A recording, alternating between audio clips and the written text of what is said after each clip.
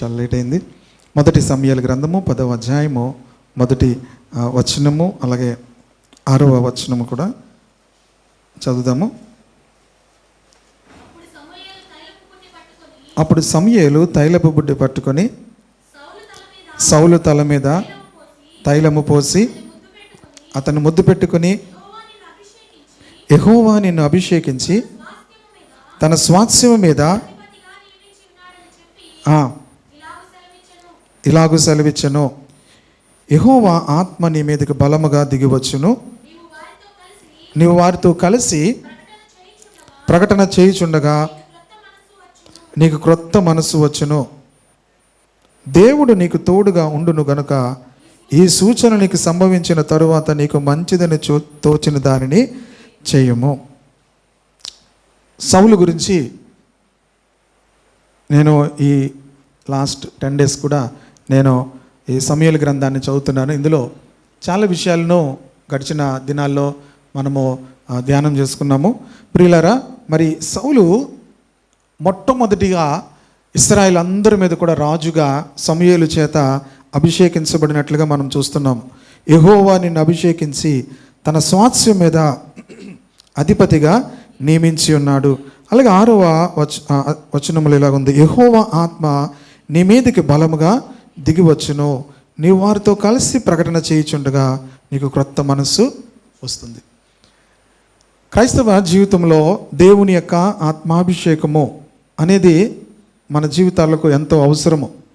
ఆత్మాభిషేకము గురించి చాలా చోట్ల అనాయింటింగ్ సర్వీస్ అని లేకపోతే ఫైర్ కాన్ఫరెన్స్ అని జరుగుతున్నప్పుడు చాలామంది ఈ విధమైన కాన్ఫరెన్సెస్కు అటెండ్ అవుతూ ఉంటారు. ఫైర్ కాన్ఫరెన్సెస్కి లేకపోతే ఈ ఫైర్ అనాయింటింగ్ అనేటువంటి మీటింగ్స్కి. సౌలు జీవితంలో మొట్టమొదటిసారిగా రాజుగా దేవుడు అభిషేకించాడు, మొదటి అనుభవం. రెండవది, యెహోవా ఆత్మ నీ మీదకి బలముగా దిగి వస్తుంది. దేవుని యొక్క ఆత్మ సౌలు మీదకు బలముగా దిగి వచ్చినట్లుగా చూస్తున్నాం. దేవుడు ఏ కార్యమైనా కూడా దేవుడు తన ఆత్మ ద్వారా మాత్రమే మన జీవితంలో చేస్తాడు. శక్తి చేతనైనను బలము చేతనైనను కాదు, కానీ నా ఆత్మ ద్వారా దీన్ని చేస్తానని చెప్పిన దేవుడు ఆయన చేసే కార్యములన్నీ కూడా తన యొక్క ఆత్మ ద్వారా మన జీవితాల్లో చేస్తాడు. కనుక ఎప్పుడైతే తన ఆత్మకు మనము చోటిస్తామో దేవుని యొక్క ఆత్మ మన ద్వారా తన కార్యములన్నింటినీ కూడా జరిగించుకుంటాడు. కనుక కొత్త నిబంధనలో ఉన్నటువంటి మనము మరి ముఖ్యముగా ఆత్మ అనుసారులముగా మనము జీవించవలసిన వారమై ఉన్నాము. ఆత్మ సంబంధమైనటువంటి మనుష్యులముగా మనము జీవించవలసిన వారమై ఉన్నాము. దేవుని ఆత్మకు మనము ఎంతగా సబ్మిట్ చేసుకుంటామో దేవుని ఆత్మ మనలను నడిపిస్తూ ఉంటుంది. దేవుని ఆత్మ నీ మీదకి బలముగా దిగి వస్తుంది. అంతేకాదు, ఇక్కడ 3వ అనుభవము, నీకు క్రొత్త మనస్సు వస్తుంది అంటున్నాడు. నీకు క్రొత్త మనస్సు, పాత మనస్సు కాదు కానీ క్రొత్త మనస్సు. ఎప్పుడైతే మనము యేసుక్రీస్తునందు విశ్వాసం ఉంచుతామో, యేసుక్రీస్తు యొద్దకు వస్తామో, కాగా ఎవడైనా క్రీస్తునందు అనేడలా వాడు నూతన సృష్టి, పాతవి గతించెను. ఎజ్కేల్ గ్రంథంలో కూడా 36వ అధ్యాయంలో కూడా దేవుడు మనకు నూతనమైన హృదయాన్ని, నూతనమైన మనస్సును అనుగ్రహిస్తానన్నాడు. రాతి హృదయం తీసివేసి మాంసపు హృదయం దేవుడు మనకు అనుగ్రహిస్తానన్నాడు. దేని కొరకంటే ఆయన కట్టడలను గైకొనేవారుముగా దేవుడు మనల్ని అందరినీ కూడా చేస్తానని చెప్పాడు. క్రొత్త మనస్సు, ఇవన్నీ కూడా స్పీడ్గా చెప్తాను, తర్వాత మరలా జ్ఞాపకం చేస్తాను. తర్వాత దేవుడు నీకు తోడుగా ఉండును. 4వ అనుభవము, 1 ఆత్మాభిషేకము, 2 ఆత్మ బలముగా దిగిరావడము, 3 క్రొత్త మనస్సు, 4 దేవుడు నీకు తోడుగా ఉండును. కనుక నువ్వు చేసే ప్రతిదాన్ని కూడా నీకు ఏది మంచిది అనిపిస్తే అది నువ్వు దేవుడు మనకు తోడుగా ఉన్నప్పుడు మనము ఏది మంచిదని అనిపిస్తే అది చేస్తున్నప్పుడు అవన్నీ కూడా జరుగుతాయి అని అక్కడ మరి సమూయేలు సౌలుకి చెప్తున్నాడు. అలాగే చివరి మాటను కూడా నేను చెప్పి ముందుకు వెళ్తాను. 10వ వచనంలో, వారు ఆ కొండ దిగి వచ్చినప్పుడు ప్రవక్తల సమూహం అతనికి ఎదురుగా పడగా దేవుని ఆత్మ బలముగా అతని మీదకి వచ్చును, అతడు వారి మధ్య ఉండి ప్రకటన చేయుచుండెను. దేవుని ఆత్మ అతని మీదకి వచ్చినప్పుడు ప్రవక్తలందరితో కలిసి ఏం చేస్తున్నాడట, అతడు కూడా ప్రకటన చేయుచుండెను. కనుక తెలుగులో ప్రకటన చేయుచుండెను ఉండదు, కానీ ఇంగ్లీష్ బైబిల్లో ఏముందంటే, అండ్ ఈ ప్రొఫెసైడ్ అమాంగ్ దెమ్, వారితో కలిసి అతడు కూడా ప్రవచించడం ప్రారంభించాడంట. ఈ ప్రొఫెసైడ్ అమాంగ్ దెమ్. కనుక సౌలు జీవితంలో 5 అనుభవాలు ఉన్నాయి. ఈ ఉన్నతమైన అనుభవాలు చిన్న అనుభవాలు కాదు. ఈ అనుభవాలన్నిటి కోసము కూడా మనం పరిగెడుతూ ఉంటాము, లేకపోతే అడుగుతూ ఉంటాము దేవుణ్ణి, ప్రభువా ఈ అనుభవం నాకు కావాలి, ఈ ఆత్మాభిషేకం నాకు కావాలి, ఆత్మ నింపుదల కావాలి, దేవా నూతన హృదయం నాకు కావాలి, లేకపోతే నువ్వు నాకు తోడుగా ఉండాలి, ప్రభువా నేను కూడా ప్రవచించాలి, నేను కూడా ప్రకటించాలి అనేటువంటి మాటలను మనం అందరం కూడా ప్రార్థన చేస్తుంటాను. పాత నిబంధనలో ఇది స్పెషల్ ఎక్స్పీరియన్స్, ఇది చాలా ప్రత్యేకమైనటువంటి అనుభవం. అందరికీ కూడా ఈ అనుభవాలు ఉండవు, కొద్ది మందికి మాత్రమే ఇలాంటి అనుభవాలు ఉంటాయి. కానీ కొత్త నిబంధనలు ఉన్న మన అందరికీ కూడా ఈ అనుభవాలు యేసుక్రీస్తునందు విశ్వాసం ఉంచినప్పుడు ఇవన్నీ కూడా దేవుడు మనకు అనుగ్రహిస్తాడు. హల్లెలూయా. యేసుక్రీస్తునందు విశ్వాసం ఉంచినటువంటి మన అందరికీ కూడా ఈ అనుభవాలన్నిటినీ కూడా ప్రభువు తన ఆత్మ ద్వారా అనుగ్రహిస్తాడు. అపోస్తలుడైన పౌలు 2 కొరింథీ పత్రిక 1:21 అనుకుంటాను అంటాడు, దేవుడు మీతో కూడా మేము నిలిచి ఉండినట్లు మమ్మల్ని అభిషేకించి స్థిరపరిచాడు అంటాడు. అక్కడ మీతో కూడా మేము కూడా నిలిచి ఉండినట్లుగా మమ్మల్ని అభిషేకించి స్థిరపరిచిన వాడు దేవుడే అంటాడు. కనుక దేవుడు మనకు ఆత్మ అనేటువంటి సంచకరువును అనుగ్రహించాడనే మాటను కూడా అక్కడ రాస్తాడు. కనుక కొత్త నిబంధనలు ఉన్నటువంటి మనకు ఇవన్నీ కూడా, ఈ అనుభవాలన్నీ కూడా ఉచితముగా యేసుక్రీస్తునందు విశ్వాసం ఉంచినప్పుడు దేవుడు మనకు అనుగ్రహిస్తాడు. సౌలు కూడా ఇవన్నీ కూడా ప్రియమైన దేవుని బిడ్డలారా ఉచితముగానే దేవుడు అనుగ్రహించాడు. సౌలు వీటి కోసం ఏమీ ప్రార్థన చేయలేదు, సౌలు వీటి కోసం ఏమీ కూడా అడగలేదు, కానీ దేవుడు ఉచితముగానే ఈ 5 అనుభవాలు కూడా ఇచ్చాడు. ఇప్పుడు ఎవరికైనా ఇలాంటి అనుభవాలు ఉన్నాయనుకోండి, మనం ఏం చేస్తాం? వాళ్ళని ఏమంటాం? ఆత్మాభిషేకము, ఆత్మ బలముగా దిగిరావడము, క్రొత్త హృదయము, దేవుడు తోడుగా ఉండడము, ప్రకటన చేయడం ప్రవక్తలతో కలిసి, వెంటనే ఏమంటాం వాళ్ళని? మన భాషలో వాళ్ళని మనం హీరోలు చేసేస్తాం కదా. వాళ్ళకి మనకేమవుతాయి? స్పిరిచువల్ హీరోస్ అయిపోతారు వాళ్ళు చాలా. అంటే ఇంకా చెప్పాలంటే ఇప్పుడున్న భాషలో ఇంటర్నేషనల్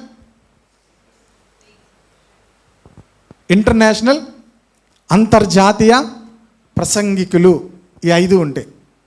చిత్రం ఏంటంటే సౌలు ఈ 5 అనుభవాలు ఉన్నప్పటికీ కూడా తన జీవితంలో తరువాత దినముల్లో సౌలు పడిపోయాడు. సౌలు ఏమయ్యాడు? పడిపోయాడు. ఈ 5 అనుభవాలు సౌలు సంపాదించినవి కాదు, సౌలు కష్టపడి తెచ్చుకున్నవి కాదు, దేవుడు ఉచితముగా వాటిని అనుగ్రహించాడు. మనందరి జీవితాలను కూడా ఈ అనుభవాలు మనం డబ్బు పెట్టుకుంటే రావు, మనం ఎక్కడెక్కడికి వెళ్తే రావు. దేవుని బిడ్డలముగా యేసుక్రీస్తునందు విశ్వాసం ఉంచినప్పుడు వీటన్నిటినీ కూడా దేవుడు మనకు అనుగ్రహిస్తాడు. నా ఆత్మ ద్వారా వీటిని చేస్తానని చెప్పిన దేవుడు తన ఆత్మ ద్వారా ఈ అనుభవాలన్నీ కూడా మనకు అనుగ్రహిస్తాడు. కానీ అన్ఫార్చునేట్లీ వీటి కోసమే మనుషులు తమ యొక్క సమయాన్ని, ధనమును అన్నిటిని కూడా ఖర్చు పెడతారు. వీటి కోసమే ప్రయాసపడుతుంటారు. ఉచితమైన దానికోసం ఎవరు కూడా ప్రయాసపడవలసిన అవసరం లేదు. ప్రయాసపడవలసిన విషయాలు వేరే ఉన్నాయి. సమూయేలు గ్రంథము 13వ అధ్యాయము, మొదటి సమూయేలు గ్రంథము 13వ అధ్యాయము 8వ వచనం నుంచి కొన్ని మాటలు చదువుదాం. సమూయేలు చెప్పినట్లు అతడు 7 దినములు ఆగి సమూయేలు గిల్గాలులకు రాకపోవటయు జనులు తన యొద్ద నుండి చెదిరిపోవటయు చూచి దహన బలులను సమాధాన బలులను దహన బలి అర్పించెను. అతడు దహన బలి అర్పించి చాలించిన వెంటనే సమూయేలు వచ్చెను.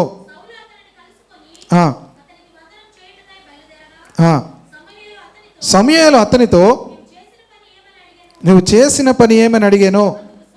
అందుకు సౌలు జనులు నా యొద్ద నుండి చెదిరిపోవటయు నిర్ణయ కాలమున నువ్వు రాకపోవటయు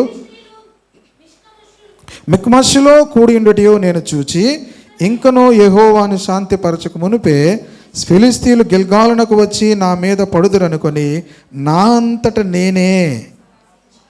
ఏంటి నా అంతటా? ఇప్పుడు అనండి అందరూ, నా అంతటా నేను. ప్రియదేవుని బిడ్డలారా, ఈ 5 అనుభవాలు పక్కన అలా ఉంచండి. ఇప్పుడు సౌలు జీవితంలో అసలైనటువంటి జీవితం, ఇవి నావి అనడానికి లేదు. ఎందుకు? ఎవరిచ్చారు 5 అనుభవాలు? దేవుడిచ్చాడు. మనం చదువుకున్నటువంటి ఆ 5 అనుభవాలు, ఆ 10వ అధ్యాయంలో చదివిన అనుభవాలు అన్నీ కూడా ఎవరిచ్చారు? దేవుడిచ్చాడు.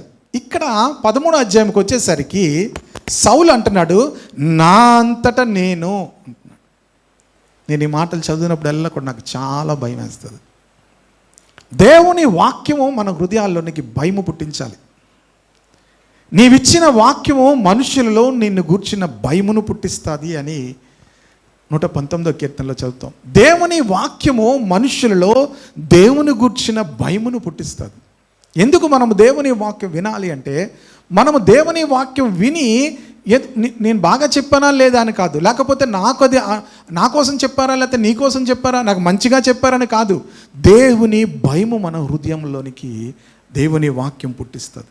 దేవుని వాక్యం మీ హృదయాల్లో దేవుని భయం పుట్టించకపోతే మీరు వినడం వల్ల పెద్ద ఉపయోగం లేదు, చదవడం వల్ల పెద్ద ఉపయోగం కూడా లేదు. ఈ వాక్యం చదువుతున్నప్పుడు నేను సమయాల గ్రంథం చదువుతున్నాను, నాకు ఈ మాటలు చాలా భయం పుట్టించాయి. తను ఎంతో అభిషేకం పొందాడు, ఎంతో కృపను పొందుకున్నాడు, స్పిరిచువల్గా ఉన్నతమైనటువంటి ఏ మనుష్యుడు లేనటువంటి ఎక్స్పీరియన్సెస్ అన్నీ కూడా పొందుకున్నాడు. ఇవన్నీ కూడా దేవుడు తనకిచ్చాడు. కానీ తను చూపించవలసినటువంటి విధేయత సమయం వచ్చేసరికి తను అంటున్నాడు, నా అంతటా నేను సాహసించి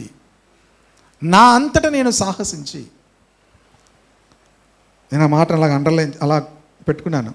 నా అంతటా నేను అనేటువంటిది ఎప్పుడు కూడా నా జీవితంలోనికి రాకూడదు ప్రభువా. నేను ఇంగ్లీష్ బైబిల్లో ఒక కామెంట్లో చదువుతున్నప్పుడు అక్కడ టైటిల్ ఏమి రాశారంటే, సౌల్ గురించి సెల్ఫ్ విల్ పర్సన్,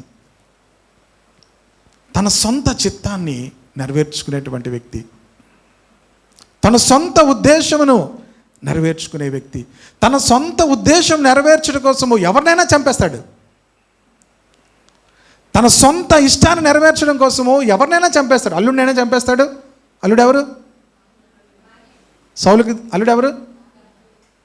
అసలు దావీదు లాంటి అల్లుడు ఉంటే ఎలాగుంటారు? మీకు దావీదు లాంటి అల్లుడు వచ్చాడు అనుకోండి, ఎలా ఉంటారు? అసలు మామూలుగా ఉండదు మీ ఆనందం. మా అల్లుడు దావీదు, మా అల్లుడు ఏమంటారు? మా అల్లుడు దావీదు. దేవుని బిడ్డలారా, అసలు ఎలాగుంటుంది ఎక్స్పీరియన్స్? కానీ విచిత్రమైన విషయం ఏంటంటే, సౌలు దావీదుని చంపించడానికి తిరుగుతున్నాడు.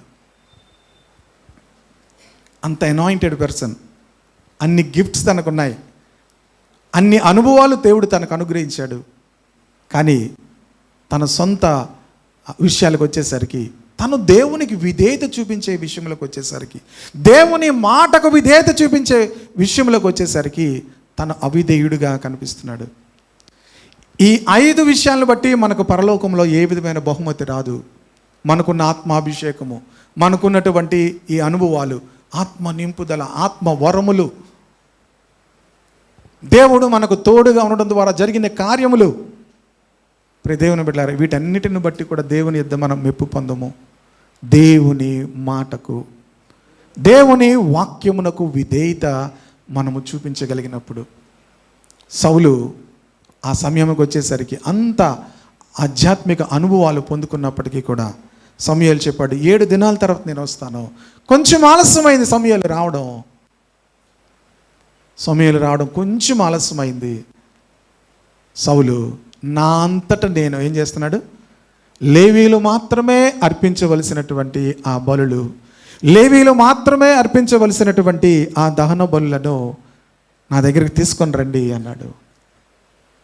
తను దేవుని వాక్య క్రమమును మీరిపోతున్నాడు, దేవుని మాటకు అవిధేయుడైపోతున్నాడు.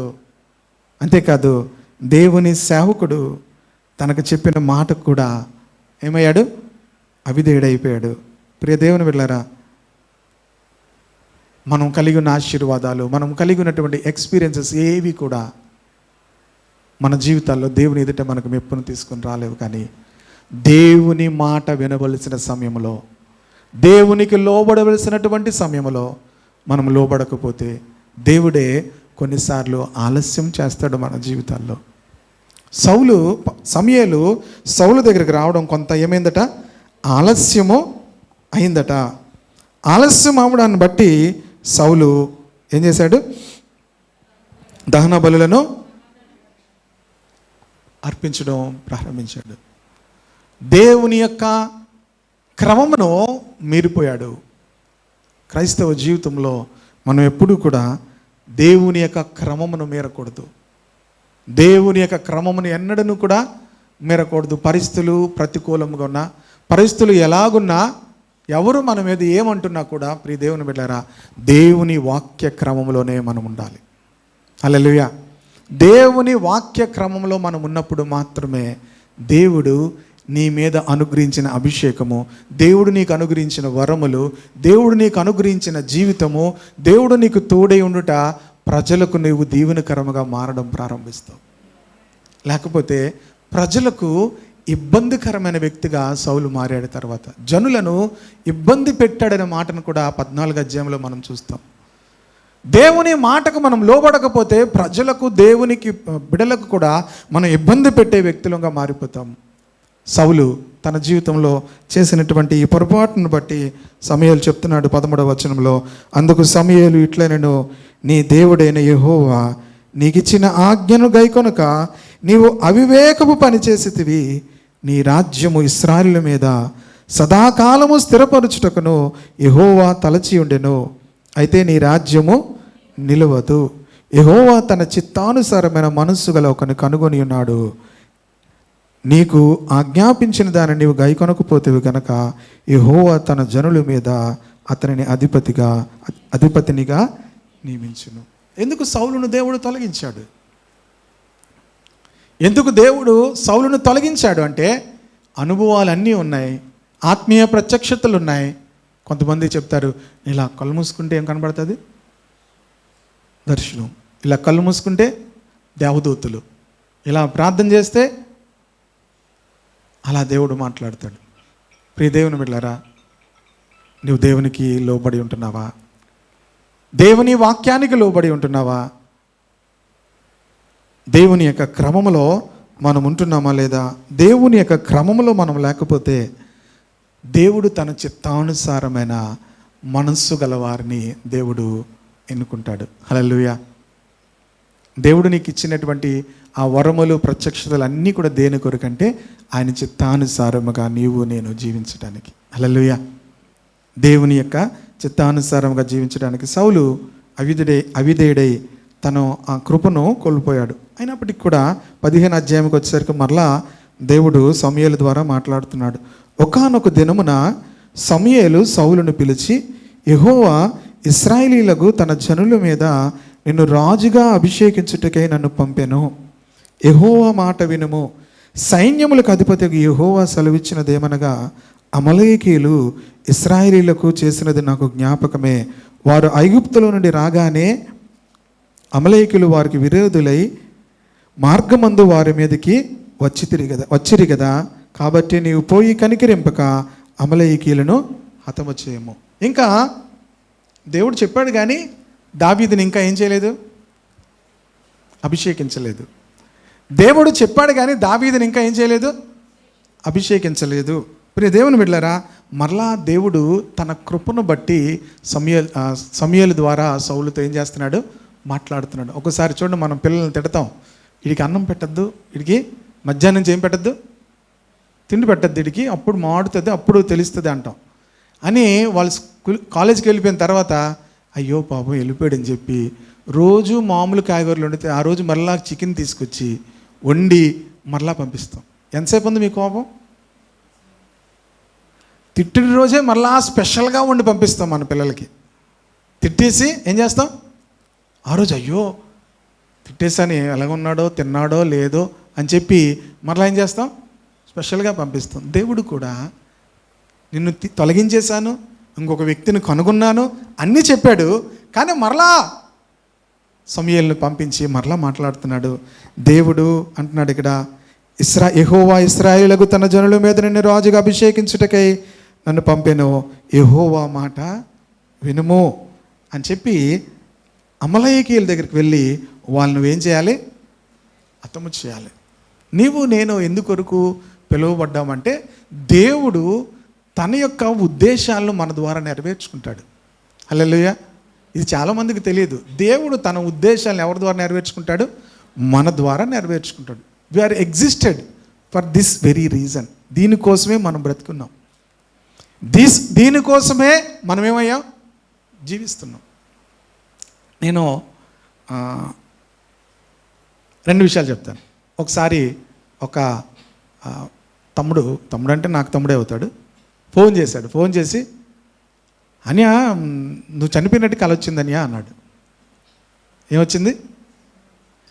అది ఆయనకి కాదట, వాళ్ళ మిస్సెస్కి అట. వాళ్ళ మిస్సెస్కి ఏదో వస్తే జరిగిపోద్దట. వాళ్ళ మిస్సెస్కి అన్యా మరి తనకి ఏ కళ వచ్చినా అది ఖచ్చితంగా నెరవేరిపోద్దనియా అన్నాడు. ఆహా అన్నాను. సరే ఇంకా అయిన తర్వాత అప్పుడు ఏం భయపడలేదు, కానీ చాలా రోజులు అయిందిలేండి. ఈ మధ్య అనుకుంటే మీరు ఒకవేళ చచ్చిపోతానేమో రేపు అని చూడొద్దు, చాలా రోజులు అయింది. ఓకే, చాలా రోజులు అయింది.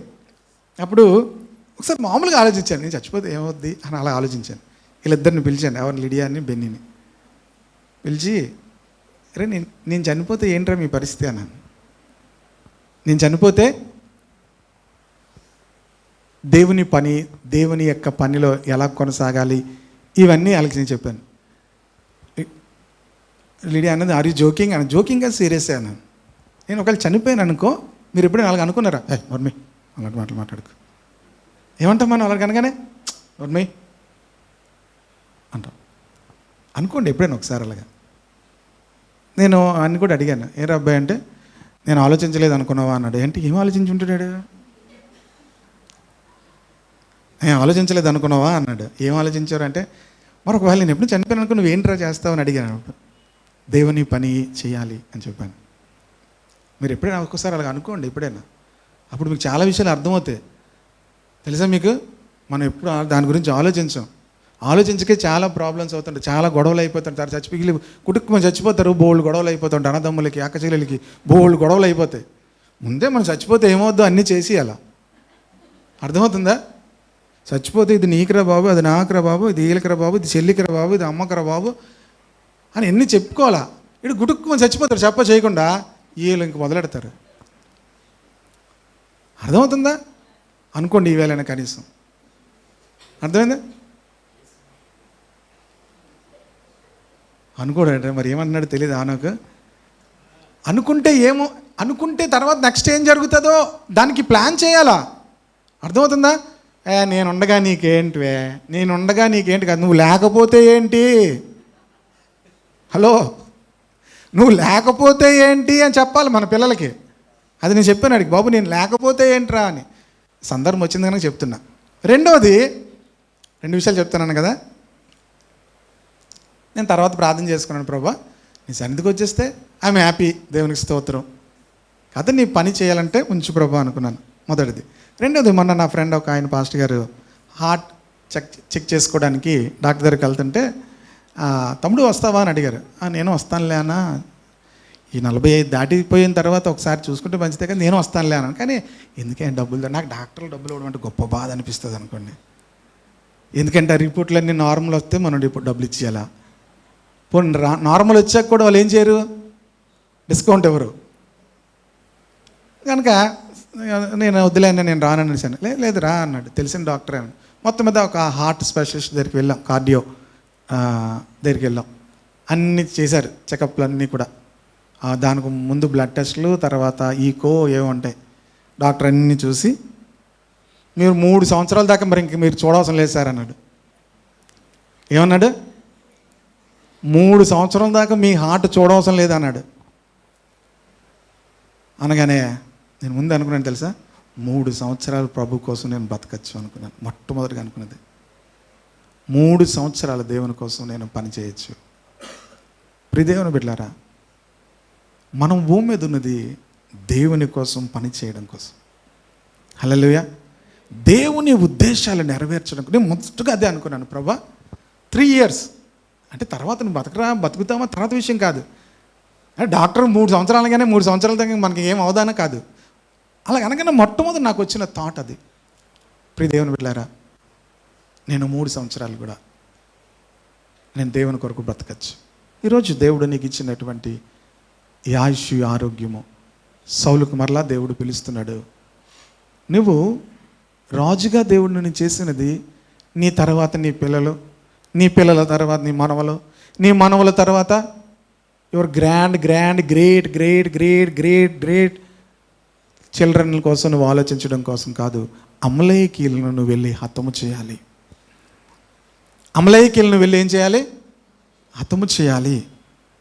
ఎందుకు అమలేకీలను హతము చేయాలి అంటే అక్కడ సంఖ్యాకాండం 24:20 వచనంలో 24:20 వచనం చూస్తే అమలేకీల గురించి ఒక మాట చెప్పాడు అక్కడ. అమలేకీలు ఎవరంటే అన్యజనులకు వారు ప్రారంభము. నంబర్స్ 24:20. మరియు అతడు అమలేకీల వైపు చూచి ఉపమాన రీతిగా ఇట్లనెను, అమాలేకు అన్యజనులకు మొదలు. అన్యజనులకు మొదలు ఎవరు? అమాలేకులు. వారు నువ్వేం చేయమంటున్నాడు? అందుకని వారు అంతము నిత్య నాశనమే. గనుక అమలేకీలు ఇశ్రాయేలీలు మరి వాగ్దాన దేశంలోకి వెళ్ళడానికి మరి ఐగుప్తు నుంచి బయటికి రాగానే ఫస్ట్ యుద్ధం వీళ్ళే చేశారు. ఫస్ట్ వీళ్ళే ఏం చేశారు? అడ్డగించారు ఇశ్రాయేలీల్ని. ఇది మనకు నిర్గమాకాండం 17 అధ్యాయంలో కనిపిస్తుంది. అవన్నీ ఇప్పుడు చూపించడానికి సమయం చాలదు. కనుక దేవుని ఉద్దేశములను, దేవుని మార్గములకు అడ్డుగా వచ్చేటువంటి వీరిని ముందుగా నువ్వేం చేయాలి? హతము చేయాలి. దేవుని సంబంధమైనవి కాని వాటిని మన జీవితంలోంచి తీసేసుకోవాలి. దేవుని చిత్తమును, దేవుని మార్గములను అడ్డగించే వాటిని మనము తీసేయాలి అని చెప్పాడు. మరలా ద్వితీయోపదేశకాండము 25వ అధ్యాయం 19వ వచనంలో కూడా మీరు వాగ్దాన దేశంలోకి వెళ్ళిన తరువాత అమలేకీలందరినీ కూడా మీరు నాశనం చేయాలి, పూర్తిగా వారిని మీరు తుడిచేయాలని కూడా అక్కడ చెప్తాడు. కనుక ఈ విషయాన్ని తీసుకొచ్చి ఎందుకు, ఒకవేళ మీరు అనుకోవచ్చు దేవుడు ఎందుకు ఇలా చెప్పాడని కూడా మీరు అనుకోవచ్చు. చూడండి, ఇదే 15వ అధ్యాయంలో 15:18 చూడండి. మరియు యెహోవా నిన్ను సాగనంపి నీవు పోయి పాపాత్ములైన అమలేకీయులను నిర్మూలము చేయుము. వాళ్ళు ఎలాంటి వాళ్ళట? పాపాత్ములైన మనుషులు. 33వ వచనం చూడండి. సమూయేలు నీ కత్తి స్త్రీలకు సంతు లేకుండా చేసినట్టు నీ తల్లికి నీ స్త్రీలలో సంతు లేకపోవునని చెప్పి మరి అమాలేకీయుల రాజుని గురించి అగాగు అనేటువంటి రాజుని గురించి సమూయేలు చెప్తున్నాడు అక్కడ. కనుక దేవుని తీర్పులన్నీ కూడా న్యాయములు అని బైబిల్ గ్రంథంలో ఉంది. హల్లెలూయా. ప్రకటన గ్రంథంలో ఏమనుంటుందంటే ఆయన తీర్పులు ఎలాంటివి అంటే, చూడండి ప్రకటన గ్రంథము ఒక మాట నేను చూపిస్తాను. 15వ అధ్యాయము 3వ వచనం. వారు ప్రభువా, దేవా, సర్వాధికారి, నీ క్రియలు ఘనమైనవి, ఆశ్చర్యమైనవి, నీ మార్గములు న్యాయములను సత్యములునైనవి. దేవుని మార్గములు ఏమైనవట? న్యాయములను సత్యములునైనవి. ప్రభువా నీవు మాత్రము పవిత్రుడువు. Praise the Lord. హల్లెలూయా. దేవుడు చేసేటువంటి కార్యములు అన్నీ కూడా న్యాయమైనవి. దేవుడు ఎవడు కూడా అన్యాయము చేశాడని ఎవడు కూడా చెప్పడానికి లేదు. హల్లెలూయా. దేవుడు ఏదైనా చేశాడు అంటే న్యాయమైనది చేస్తాడు. ఆమె మనకు అది అర్థం కాదు ఇలాగ ఎందుకు చేశాడని. కనుక సౌలుకి వెళ్ళి చెప్పాడు సమూయేలు, నువ్వు వెళ్ళి వాళ్ళని హతము చేయమని. సరే సమూయేలు వెళ్ళాడు. వెళ్ళిన తర్వాత పశువులను ప్రతి దానిని కూడా హతము చేయమని చెప్పాడు. సౌలు మంచి గొర్రెలన్నీ కూడా పక్కన పెడుతున్నాడు, మంచి ఎడ్లన్నీ కూడా ఏం చేస్తున్నాడు? పక్కన పెడుతున్నాడు. నీరసంగా బలహీనంగా ఉన్నవన్నీ ఏం చేస్తున్నాడు? చంపేస్తున్నాడు. చంపేసి వచ్చి ఏం చేస్తున్నాడు చూడండి. సౌలు 9వ వచనము. సౌలు జనులు కూడి అగాగు గొర్రెల్లోనూ ఎడ్లలోనూ కొవ్విన గొర్రె పిల్లను మొదలైన వాటిలోనూ మంచి వాటిని నిర్మూలము చేయక కడగా నుంచి పనికి రాని నిర్మూలము చేసిరి. అప్పుడు యెహోవా వాక్కు సమూయేలునకు ప్రత్యక్షమై ఇలాగు సెలవిచ్చెను. సౌలు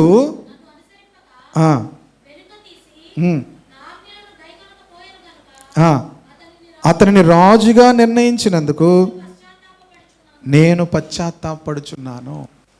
సౌలుకు దేవుడు మరొక అవకాశం ఇచ్చాడు, ఈ పని చేయమని చెప్పాడు. సౌలు ఆ విషయంలోనూ కూడా తన దేవుని యొక్క మాటను వినడం లేదు.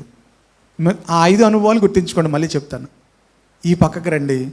అంత ఆధ్యాత్మికమైనటువంటి అనుభవాలు ఉన్నాయి, కానీ తన వ్యక్తిగత జీవితము దేవుని మాటకు లోబడే జీవితం కాదు, దేవుని చిత్తము చేసేటువంటి జీవితము కాదు, దేవుని చిత్తము చేయాలనేటువంటి హృదయం లేదు. ఆధ్యాత్మికమైన వరములు ఉన్నాయి, ప్రత్యక్షతలు ఉన్నాయి, ఆశీర్వాదాలు ఉన్నాయి, రాజుగా అభిషేకించబడ్డాడు, కానీ దేవుని మాట వినడంలో మాత్రము అవిధేయుడుగానే ఉన్నాడు.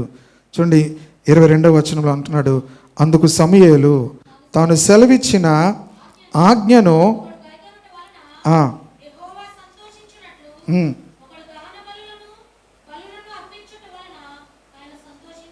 చాలు. చూడండి ప్రియులారా, సమూయేలు అంటున్నాడు, సమూయేలుతో సౌలు అంటున్నాడు, మేము ఎందుకు తీసుకొచ్చాము తెలుసా? ఈ గొర్రెలను, ఈ ఎడ్లను యెహోవాకు బలి అర్పించడానికి తీసుకొచ్చాము. దేనికి తీసుకొచ్చాము? ప్రియ దేవుని బిడ్డలారా, అక్కడ కానీ ఎక్కడి నుంచి తీసుకొచ్చారు? అవి శపితములైనవి. ఎక్కడి నుంచి తీసుకొచ్చారు? అవి శపితముల జనులు శపితములకు గొర్రెల్లోనో ఎడ్లలోనో ముఖ్యమైన వాటిని తీసుకుని వచ్చిరని సమూయేలుతో చెప్పిన. దేని కొరకంటే దేవునికి బలి అర్పించడానికి. నీ దగ్గర ఉన్నటువంటి డబ్బు ఎక్కడి నుంచి వచ్చింది? నీ దగ్గర ఉన్న ప్రతిదీ ఎక్కడి నుంచి వచ్చింది? ఇప్పుడు దేవుని బిడ్డలారా, దేనికి మనం ఎక్కడి నుంచి తీసుకొచ్చి అర్పిస్తున్నాం దేవునికి?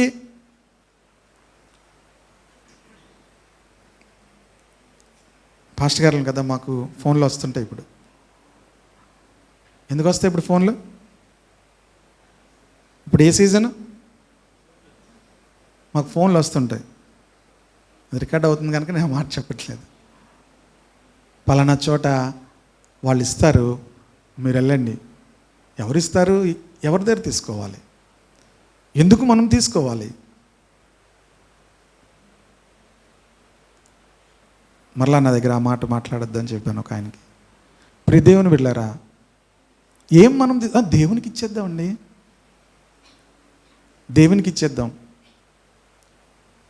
ప్రియ దేవుని బిడ్డలారా, దేవునికి నీవు ఎక్కడో శపితమైన దాన్ని తీసుకొచ్చి ఇవ్వడం కాదు.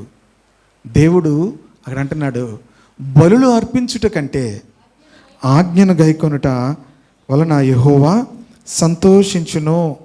అంతేకాదు, ఆలోచించుము, బలులు అర్పించుట కంటే ఆజ్ఞను గైకొనుటయు పొట్టేళ్ళు కొవ్వు అర్పించుట కంటే మాట వినుటయు శ్రేష్టము. ఆజ్ఞను గైకొనుటయు మాట వినుటయు శ్రేష్టము అని చెప్పి అంటున్నాడు. తిరుగుబాటు చేయుట సోదె చెప్పుటన పాపముతో సమానము. సోదె చెప్పే వాళ్ళందరినీ ఏం చేయాలి? ఇశ్రాయేల్ మధ్యలో ఉండి ఏం చేయాలి? చంపేయాలి. ఇశ్రాయేల్ మధ్యలో సోదె చెప్పే వాళ్ళని ఏం చేయకూడదు? ఉంచకూడదు. ఇంకొకటి, మాయ విగ్రహములను గృహదేవతలను పూజించుట సమానం. అంటే ఏంటి? మూర్ఖత అగపరుచుట, మూర్ఖత కనపరుచుట అనేది మాయా విగ్రహములను పూజించుటతో సమానం. మూర్ఖత అంటే ఏంటి? దానికి ఒక సామెత ఉంటుంది. మూర్ఖులను ఎవరంటారు? కుందేలు ఉదాహరణ చెప్పండి. ఇప్పుడు చెప్పాను నేను. మూర్ఖులు అంటే ఎవరంటే, మూర్ఖుల కోసము జ్ఞాని అయిన సొలొమోను ఒక అధ్యాయం రాశాడు, 19వ అధ్యాయం. ఎవరినైనా గుణపరచచ్చు, కానీ మూర్ఖుడిని నేను చెప్పింది జరగాలంతే అంటాడు మూర్ఖుడు. ఏమంటాడు? నేను చెప్పింది, నాకు సంబంధం లేదు ఏదైనా. ప్రియ దేవుని బిడ్డలారా, మూర్ఖత అగుపరుచుట, తిరుగుబాటు కూడా ఈ 2 విషయాల గురించి చెప్తున్నాడు. సౌలు జీవితంలో ప్రియ దేవుని బిడ్డలారా, అతడు ఒక మూర్ఖుడుగా కనబడుతున్నాడు. నేను ఇవన్నీ చదువుతూ ఎందుకు ఇవన్నీ చెప్తున్నానంటే, అంత స్పిరిచువల్ ఎక్స్పీరియన్సెస్ ఉన్న వ్యక్తి ఎందుకు ఇలాగ అయిపోయాడు? మనం ఇప్పుడు దేనికి వెళ్తామో, ఎక్కడైనా అనాయింటింగ్ సర్వీస్ అంటే పరిగెడతాము, ఎవరైనా ఇలాంటి అనుభవాలు ఉన్నాయంటే వాళ్ళ దగ్గరికి వెళ్తాము, ఆయిల్ వేసి ప్రేయర్ చేస్తారు, వాళ్ళకి అభిషేకం వస్తుందంటే ఏం చేస్తాము? పరిగెడతాము. ప్రియ దేవుని బిడ్డలారా, ఏంటి ముఖ్యం? మాట వినుట శ్రేష్టము. హల్లెలూయా. ఏంటి శ్రేష్టము? మాట వినుట శ్రేష్టము. ఆజ్ఞను గైకున్నప్పుడు దేవుడు ఏం చేస్తాడు? సంతోషిస్తాడు. మన మీద ఉన్నటువంటి అభిషేకాన్ని బట్టి దేవుడు సంతోషించడు. మన మీద ఉన్నటువంటి ఆత్మ నింపుదలను బట్టి దేవుడు ఆనందించడు. ఇవి మన జీవితాల్లో ఫ్లో అవ్వాలంటే ఇవి మన జీవితాల్లో పని చేయాలి అంటే సౌలు జీవితంలో 13 అధ్యాయం ఉంది. 13 అధ్యాయం దాటాలి, 15 అధ్యాయం దాటాలి. దాటలేకపోయాడు. 16 అధ్యాయంలోకి వచ్చేసరికి దావీదును దేవుడు తీసుకొచ్చాడు. ఆమె దావీదును దేవుడు తీసుకొచ్చాడు. 13 అధ్యాయంలో చెప్పాడు దేవుడు సమూయేలు ద్వారా, అతడు తన చిత్తానుసారమైనటువంటి మనుష్యుని దేవుడు కనుగొన్నాడు అని చెప్పిన సౌలులోకి ఏం రాలేదు? మార్పు రాలేదు, భయం రాలేదు. నిన్ను తొలగించి దేవుడు మరొక వ్యక్తిని దేవుడు ఎన్నుకుంటున్నాడని చెప్పినా కూడా ఆ పశ్చాత్తాపం రాలేదు. కానీ దేవుడు మరలా 15 అధ్యాయంలోకి వచ్చేసరికి మరలా అవకాశం ఇచ్చాడు. అయినప్పుడు కూడా తన జీవితంలో సంపూర్ణమైనటువంటి విధేయత లేదు. లోక ఆశ మంచి వాటిని తెచ్చుకున్నాడు. దేవుని చిత్తము చేసేటప్పుడు ప్రియమైన వారలారా, దేవుడు ఏది చెప్పాడో దానిని మనము చేసినప్పుడు సంపూర్ణమైన బహుమానం దేవుని దగ్గర నుంచి పొందుకుంటాం. హల్లెలూయా. దేవుడు తన మహిమార్థమే దేవుడు మనల్ని కూడా వాడుకుంటాడు.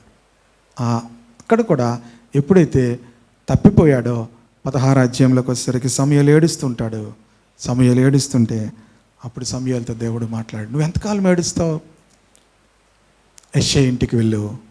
యెష్షయి ఇంటిలో ఒకరిని నేను కనుగొన్నాను. యెష్షయి కుమారుల్లో ఒకరిని నువ్వు అభిషేకించాలి. నేను అతన్ని ఎన్నుకున్నాను, నువ్వు వెళ్ళు అంటాడు. ప్రియ దేవుని బిడ్డలారా, దేవుని కృప 2వ సమూయేలు గ్రంథంలోకి వచ్చేసరికి దావీదుతో దేవుడు మాట్లాడతాడు, నిన్ను స్థాపించుటకే నేను కొట్టివేసినటువంటి సౌలుకు నా కృప దూరం చేసినట్లుగా నీకు నా కృప నేను దూరం చేయను అన్నాడు. నిన్ను స్థాపించుటకై సౌలుకు నేను కొట్టివేసినటువంటి ఆ కృప నీ విషయంలో నేను ఎన్నడను కూడా ఆ కృపను నీకు దూరం చేయను. ప్రియ దేవుని బిడ్డలారా, చాలామంది దేవుని కృపను వ్యర్థం చేసుకుంటారు. కనుక అపోస్తలుడైన పౌలు 2 కొరింథీ 6వ అధ్యాయంలో అంటాడు, ప్రియ సహోదరులారా, దేవుడు మీకు అనుగ్రహించిన కృపను వ్యర్థము చేసుకోవద్దు. దేవుడు మనకు కృపనిచ్చాడు. ఆ కృపను మన జీవితాల్లో వ్యర్థము చేసుకోవద్దు. మనం ఆయన కృపను బట్టి బ్రతికి ఉన్నాము, ఆ కృపను బట్టి జీవిస్తున్నాము, ఆ కృపను బట్టి సమస్తమును కలిగి ఉన్నాము. ఆ కృప మీ జీవితాల్లో వ్యర్థం చేసుకోవద్దు. సౌలు జీవితంలో ఆ కృపను వ్యర్థం చేసుకున్నాడు. బై హిస్ గ్రేస్ అభిషేకించాడు. ఆత్మ బలముగా తన మీదకి దిగి వచ్చింది. క్రొత్త మనస్సు పొందుకున్నాడు. దేవుడు అతనికి తోడుగా ఉన్నాడు. కనుక నువ్వు ఎక్కడికి వెళ్ళినా, నువ్వేం చేసినా కూడా అది జరిగిపోతుంది, నువ్వు వెళ్ళు అన్నాడు. నువ్వు వెళ్తూ ఉంటుండగా ప్రవక్తలతో కలిసి నువ్వు కూడా ప్రకటన చేస్తావు అన్నాడు. ఎలాంటి ఎక్స్పీరియన్సెస్ తను అనుభవించాడు. Still is disobedient. ఈరోజు మనము కలిగి ఉన్నటువంటి వాటిని బట్టి మనము అతిశయిస్తాము. అవన్నీ దేవుడు మనకిచ్చినవి. ఈరోజు మనం దేన్ని బట్టి అతిశయించాలంటే మనము దేవుని కొరకు ఏం చేయగలుగుతున్నాం? Are you obedient to the will of God? మనం దేవుని చిత్తానికి విధేయులముగా మనం ఉన్నట్లయితే, దేవుని మాటకు మనం లోబడుతున్నట్లయితే, ఒక దినాన్ని నీవు నేను దేవుని ఎదుట తల ఎత్తుకోగలుగుతాం. ఆమె సో నేను చదివిన తర్వాత నాకు అర్థమైంది, మెనీ డేస్ ఎన్నోసార్లు అభిషేకం అనగానే పరిగెట్టేవాళ్ళు. అభిషేకం అనగానే అక్కడికి వెళ్ళి అమ్మో ఉండాలి టు రిసీవ్ అనాయింటింగ్. సౌలుకి ఫ్రీగా వచ్చేసింది. మీకు విషయం చెప్పనా, కొత్త నిబంధనలో మన అందరికీ కూడా ఫ్రీగానే దేవుడు ఇస్తాడు. అది నీలో పని చేయాలి అంటే దేవుని మాటకు నువ్వు లోబడాలి. దేవుని యొక్క మాటకు, దేవుని యొక్క ఆజ్ఞలకు నువ్వు లోబడుతుంటే నీలో నుండి ఆయన కృప ప్రతి దినము కూడా అత్యధికముగా అది వర్ధిల్లుతూ అత్యధికముగా నీ ద్వారా అది పనిచేయడం మొదలు పెడుతుంది. ఆమె హల్లెలూయా.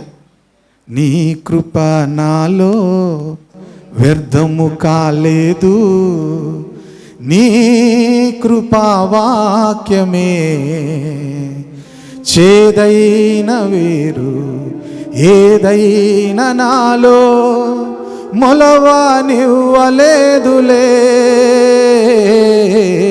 నీ కృప నాలో వ్యర్థం కాలేదు, నీ కృప కృపావాక్యమే చేదైన వేరు ఏదైనా నాలో మొలవానివ్వలేదులే.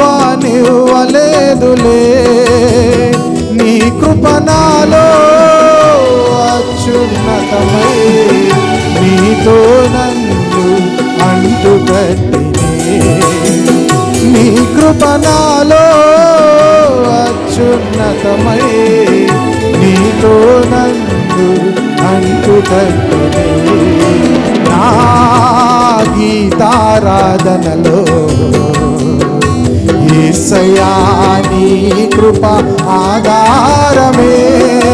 నా వేదనలలో జనించనే నీ కృపాదరణ. నా వేదనలలో జనించనే చేతిలోని పైరు చేతికి రాకున్నా ఫలములన్నీ రాలిపోయినా సిరి సంపదలన్నీ దూరమైపోయినా నేను చలించనులే. చేతిలోని పైరు చేతికి రాకున్నా ఫలములన్నీ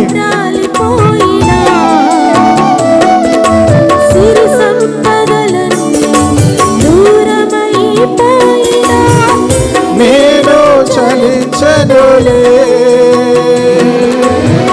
నిశ్చలమైన రాజ్యము కొరకే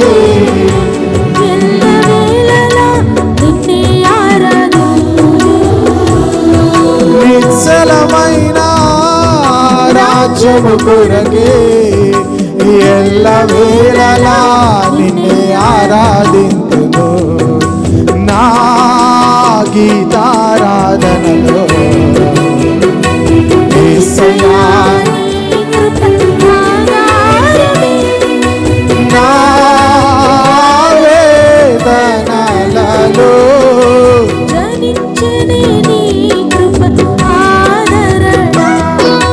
నా వేదనలలో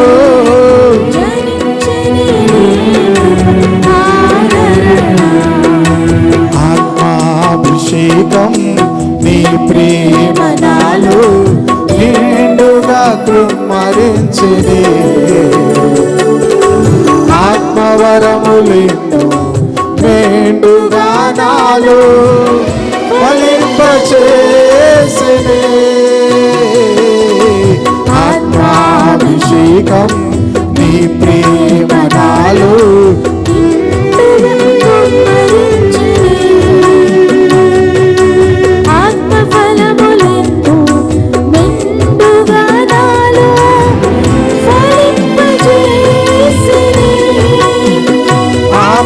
సత్యముతో ఆరాధించుచు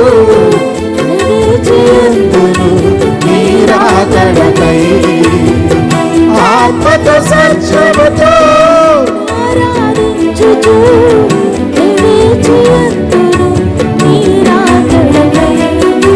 నా గీతారాధనలో యేసయ్యా నీ కృప ఆధారమే.